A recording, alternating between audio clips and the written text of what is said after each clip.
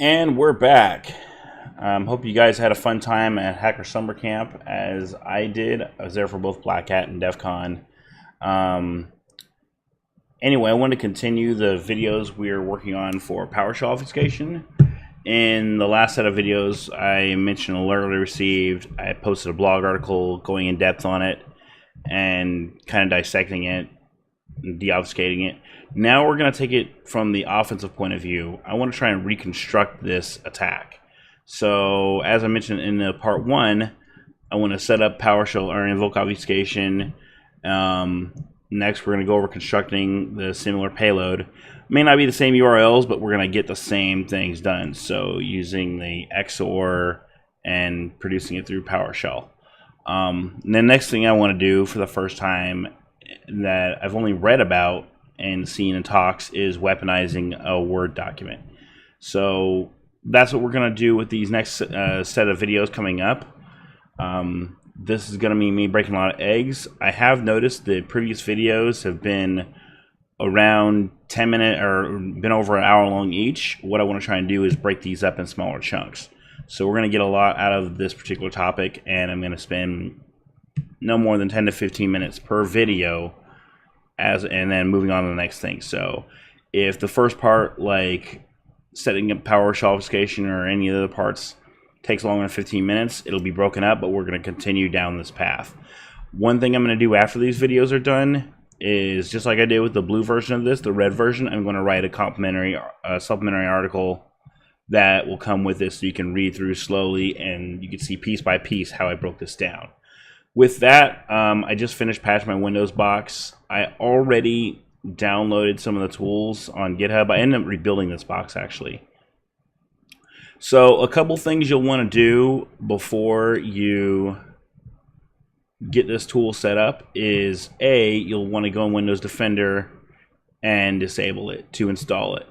So I've already had this disabled, and I ran into similar problems with either ESET or other antivirus tools when installing things on my box that might be considered attack tools. Things like Metasploit or other tools that have some malicious connotations to them.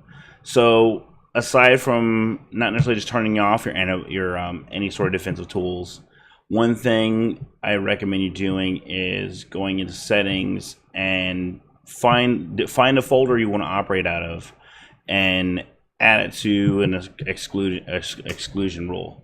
So what that's going to do is anything I put in documents is not going to be detected, or not. It's going to be a kind of a false flag. Next thing I want to do is, I already disabled Windows Defender. I already have my machine patched. If on your Windows boxes, you're going to obviously have to install Git to get it to install or to download the tool. So I'm on the GitHub page right now, and the instructions are pretty straightforward. So you have to obviously git clone the tool to a repository, which I've done already. The next thing we want to do is go to, I should probably rename that. Oh well.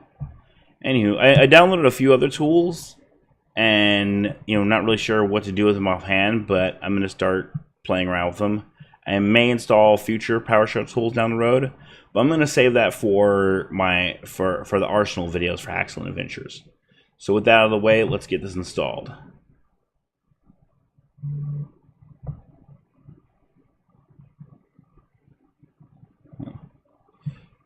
Unrelated, while we're waiting on this, I started reading the book Deep Work over the week and kind of piecing through it.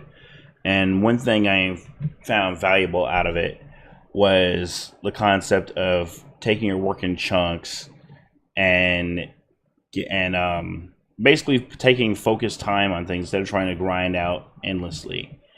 One thing I run into, it's a strength of mine, is doing things more of an improv style, and it probably comes from years of being in many IT roles where people just come to your desk with a thing, you respond quick, move on to the next thing, somebody else comes, rinse, repeat. There's ups and downs to that. It works great when you're dealing with situations where you have to think on your feet really quick. But when you're wanting to focus, kind of like what I see in software developers often, where they'll get into this code zone.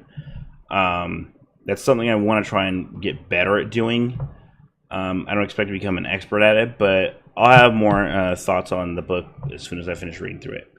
Before this, I finished Red Team Field Manual, or not Red Team Field Manual, sorry. Red Team How to Succeed by Thinking Like the Enemy. It's a really good book. I highly recommend people on both blue and red teams to read it. Can't stress that enough. It hits a lot of points that I've seen in many companies. So with that, I'll jump on that one later. But going back to this video, I run the PowerShell ISC. That's kind of the integrated, whatever, I forget what the ISC stands for. Anyway, basically you can build out scripts this way. You can install things. It does take a little bit time to load, so I'm not going to do that. I'll probably jump in on it later. And it's jumping around. Okay, so PowerShell. So now I'm going to go to. Oops.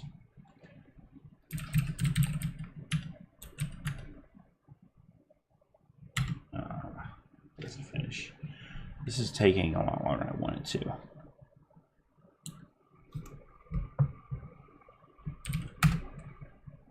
Okay. Okay, NCD.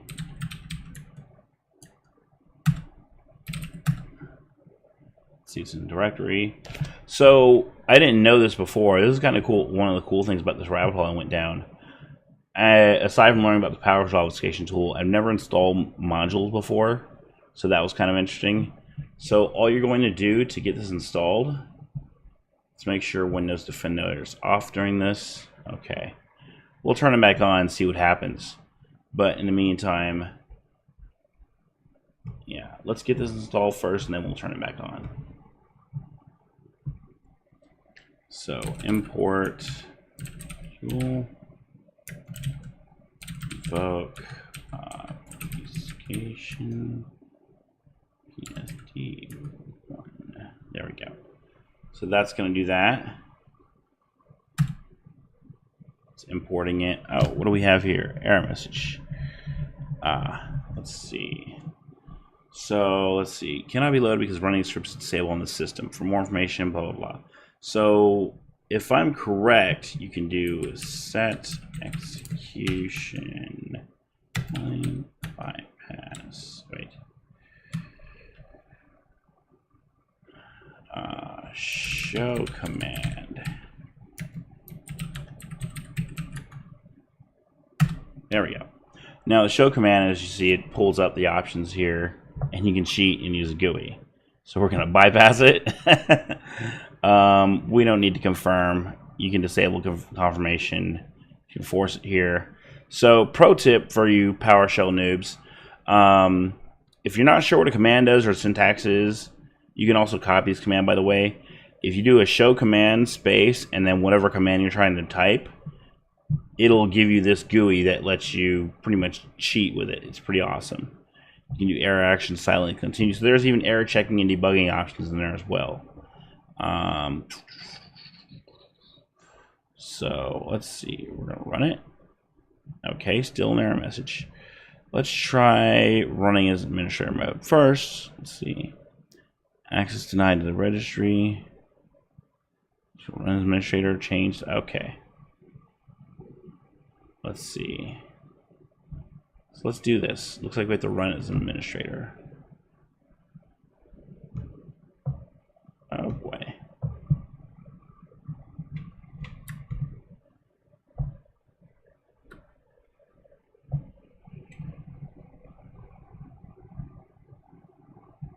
Okay, so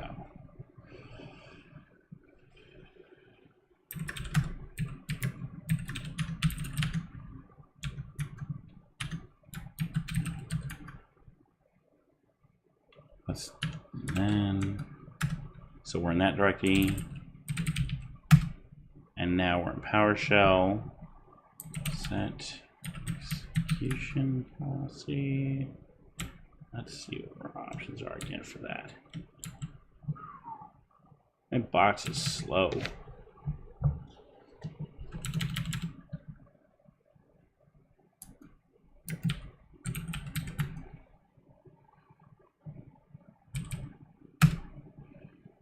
take care of that. Let's see, show command execution. Now we're gonna cheat, use that. And bypass, force it. Scope, okay. Current user, let's do local machine. And let's get this out of the way. Nah, local machine. Run. There we go. Now, and see, the cool part is when it runs, if you do show command, it'll output the command. You can also copy it from there. So now, import module.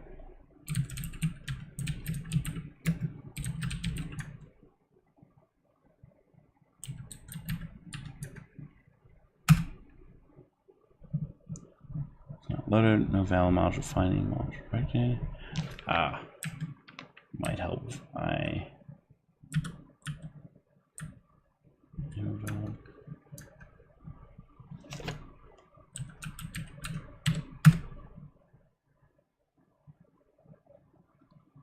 Let's see, PSD1.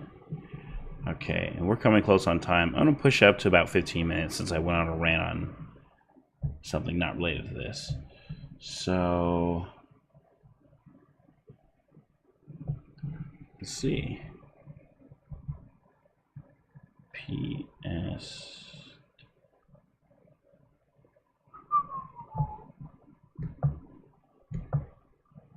And file name extensions. There we go. PSM1. Installation. Okay, that's correct. Import module, invoke obfuscation.psd1. Invoke, okay, there it is.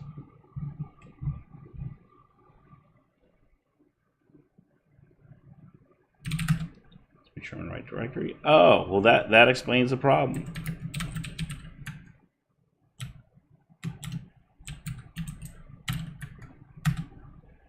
Okay, let's try that now.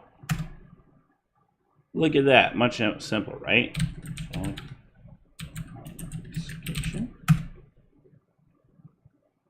Okay. Got activity. All right. And there we go. Cool. We're in. So it looks like it opens kind of a separate interface that gets you into invoke obfuscation. So we've got it installed. So let's run by the steps. Before you install this, you need to disable Windows Defender, or at the very least, designate a folder you can run this in. Next, you're going to want to pull it down from GitHub, installing Git, obviously, on Windows. And I'd rather you guys get that one figured out. Stick to the topics and get a little more advanced. Next, of course, is paying attention to detail, looking at the directory you're in, making sure it's got the files you need. So obviously doing a git clone and then going into that directory. The next is running PowerShell as an administrator. And then of course, finally after we've got all that, is setting the execution policy to bypass. You know, to be honest, I hadn't done that before or including the option before for the setting the scope. I've just always been able to do bypass. Maybe that's because of permissions or different things I was working on. But that's where we're at now. So we've got the tool installed. I didn't see any of the tools we're going to install just yet. I'll read up and see what else we need to get this going. But we've got Powershell Obfuscation installed, and we're going to move from there. And what we're going to do next in our next video is constructing the payload. And doing it the same way, piece by piece. That's going to be a little more digging. But anyway, hope to see you next time. And with that, I'm out. If you have questions, feel free to leave them in the comments section. Like, share, subscribe. Give me shit if I need it. I'm not afraid of constructive criticism. If there's a way I can do this better, fire away. Cheers.